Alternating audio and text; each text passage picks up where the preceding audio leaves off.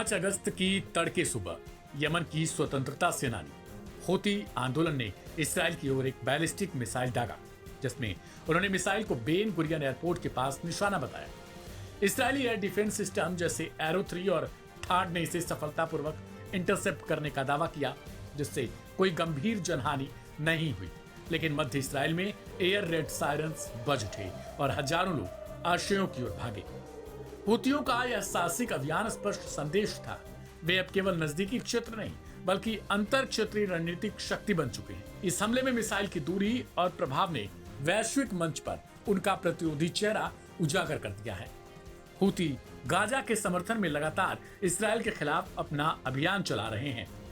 हूतियों की तरफ से साफ कर दिया गया है कि या तो इसराइल गाजा से अपनी सेना को वापस बुलाएगा और वहां उन्हें स्वतंत्र रूप से रहने देगा, या फिर उनका खून बहेगा।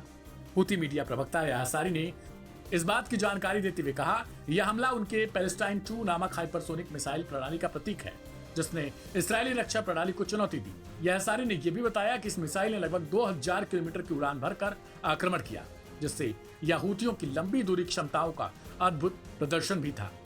उनके लहजे में यह एक रणनीतिक संदेश था जो गाजा के अन्याय पीड़ितों के लिए उनकी एकता की गूंज बनकर विश्व स्तर पर फैल रहा था। Aim right, achieve big. At KR Mangalam University, we provide you the platform to turn your dreams into reality. At KR Mangalam University. साथ ही हूतियों ने स्पष्ट किया कि वे इस संघर्ष को तब तक जारी रखेंगे जब तक गाजा पर इसराइल का दमन और कब्जा बंद नहीं हो जाता। हमले ने यमन में सना, हुदैदा और अन्य इलाकों में भारी जन समर्थन को भी उजागर किया है। लोग सड़कों पर नारे लगा रहे थे, हम अमेरिका को चुनौती दे चुके हैं, अब इसराइल को जवाब देंगे। इस जन आंदोलन ने हूतियों को न केवल सैन्य हीरो की पहचान दी है, बल्कि उन्हें क्षेत्रीय स्तर पर प्रतिरोध के प्रतीक के रूप में स्थापित भी किया।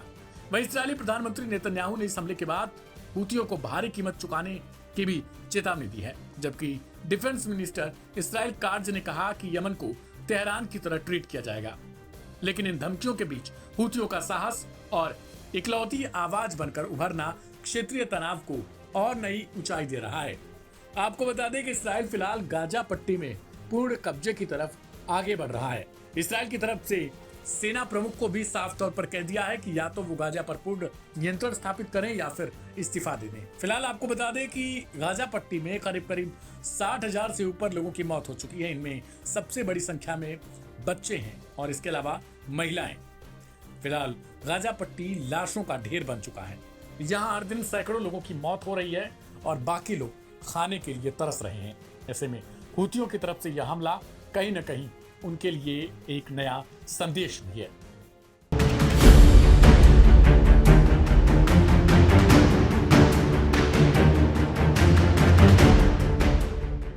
अमेरिकी राष्ट्रपति डोनाल्ड ट्रंप जहां दुनिया भर के देशों पर अपना टैरिफ थोप रहे हैं, तो वहीं दूसरी ओर चीन अमेरिका के गले की फांस बना हुआ है, क्योंकि चीन अमेरिकी दबाव के आगे झुकने को तैयार नहीं है। हाल ही में चीन ने अमेरिका के दबाव को स्पष्ट रूप से खारिज करते हुए कहा कि वो अपनी संप्रभुता, सुरक्षा और अपने विकास के हितों की रक्षा करेगा। दरअसल विश्व की 2 सबसे बड़ी अर्थव्यवस्थाएं यानी कि अमेरिका और चीन के बीच स्टॉकहोम में हाल ही में संपन्न हुई 2 दिवसीय व्यापार वार्ता में तनावपूर्ण स्थिति देखने को मिली। अमेरिका द्वारा रूस और ईरान से तेल खरीद पर 100% तक टैरिफ लगाने की धमकी के दबाव में चीन ने सख्त रुख अपनाते हुए अपनी संप्रभुता, सुरक्षा और विकास के हितों की रक्षा करने का स्पष्ट संदेश दिया। चीनी विदेश मंत्रालय ने अपने बयान में कहा कि चीन हमेशा अपनी ऊर्जा आपूर्ति को अपने राष्ट्रीय हितों के अनुरूप सुनिश्चित करेगा। जबरदस्ती और दबाव से कुछ हासिल नहीं होगा। ये वार्ता 28 और 29 जुलाई 2025 को स्वीडन की राजधानी स्टॉकहोम में हुई, जहां अमेरिकी ट्रेजरी सचिव स्कॉट बेसेंट और चीनी उप प्रधानमंत्री हे लिफेंग ने अपने अपने प्रतिनिधिमंडलों का नेतृत्व किया। वार्ता का मुख्य उद्देश्य दोनों देशों के बीच चल रही व्यापार युद्ध को कम करने और 12 अगस्त को समाप्त होने वाली 90 दिवसीय टैरिफ ट्रूस को विस्तार देना था। हालांकि रूस और ईरान से तेल आयात के मुद्दे पर दोनों पक्षों के बीच गहरे मतभेद उभर कर सामने आए। अमेरिका ने चीन से मांग की थी कि वो रूस और ईरान से तेल खरीद बंद करे, क्योंकि ये दोनों देश अमेरिकी प्रतिबंधों के दायरे में हैं। अमेरिकी राष्ट्रपति डोनाल्ड ट्रंप ने हाल ही में रूस को यूक्रेन युद्ध समाप्त करने के लिए 10 से 12 दिनों की समय सीमा दी थी। अन्यथा रूसी तेल खरीदने वाले देशों पर 100% तक टैरिफ लगाने की चेतावनी दी थी। Aim right, achieve big. At KR Mangalam University, we provide you the platform to turn your dreams into reality. At KR Mangalam University. इसके अलावा अमेरिकी सीनेटर लिंडसे ग्राहम द्वारा प्रस्तावित एक विधेयक जिसमें रूस के तेल, यूरेनियम और अन्य ऊर्जा संसाधनों की खरीद पर 500% तक टैरिफ लगाने की बात कही गई है, उसने इस तनाव को और ज्यादा बढ़ा दिया है। चीनी विदेश मंत्रालय के प्रवक्ता गो जियाकुन ने स्टॉकहोम वार्ता के बाद एक प्रेस ब्रीफिंग में कहा, टैरिफ वॉर में कोई विजेता नहीं होता, दबाव और जबरदस्ती से कोई समाधान नहीं निकल सकता। चीन अपनी संप्रभुता, सुरक्षा और विकास के हितों की दृढ़ता से रक्षा करेगा। उन्होंने ये भी स्पष्ट किया कि चीन अपनी ऊर्जा नीतियों को अपने आंतरिक हितों के आधार पर तय करेगा, न कि बाहरी दबाव के आधार पर। चीन की प्रतिक्रिया उस समय आई है जब दोनों देश व्यापारिक संबंधों को स्थिर करने के लिए सकारात्मक संकेत दे रहे थे। पिछले कुछ महीनों में जिनेवा और लंदन में हुई वार्ताओं के बाद दोनों पक्षों ने ट्रिपल डिजिट टैरिफ और कठोर व्यापार प्रतिबंधों को कम करने की दिशा में कदम उठाए।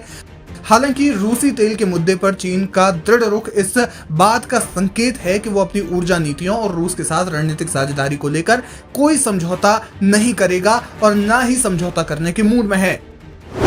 रूस और ईरान के तेल का सबसे बड़ा खरीदार है चीन। आपको बता दें कि चीन विश्व में रूसी तेल का सबसे बड़ा खरीदार है, जो प्रतिदिन लगभग 20 लाख बैरल तेल आयात करता है। इसके अलावा ईरान से भी चीन प्रतिदिन 10 लाख बैरल से ज्यादा तेल आयात करता है, जो उसकी ऊर्जा जरूरतों का एक महत्वपूर्ण हिस्सा है। जानकार मानते हैं कि रूस और ईरान से सस्ते दामों पर मिलने वाला तेल चीन की अर्थव्यवस्था के लिए महत्वपूर्ण है और इसे छोड़ना बीजिंग के लिए आर्थिक और रणनीतिक रूप से नुकसानदायक होगा। कुल मिलाकर चीन ने अमेरिका को स्पष्ट रूप से कह दिया है कि वो रूस और ईरान से तेल खरीदना जारी रखेगा और अमेरिकी दबाव में नहीं झुकेगा।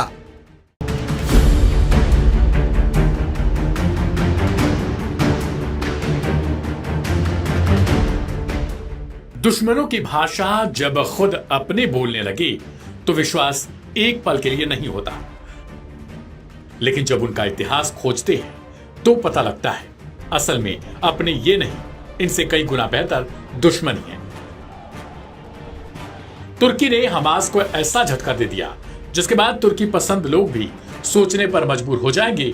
हमास जो गाजा की रक्षा के लिए लगातार लड़ने का दावा करता रहा और अपनी आखिरी सांस तक गाजा को इस्राएल के आगे परोसने से मना कर चुका है, अपने हजारों लड़ाकों को गंवाने के बावजूद भी घुटने नहीं टेके। उसे लेकर तुर्की ने कुछ ऐसा कर दिया जिसके बाद तुर्की की मंशा पर भी सवालिया निशान खड़े हो गए।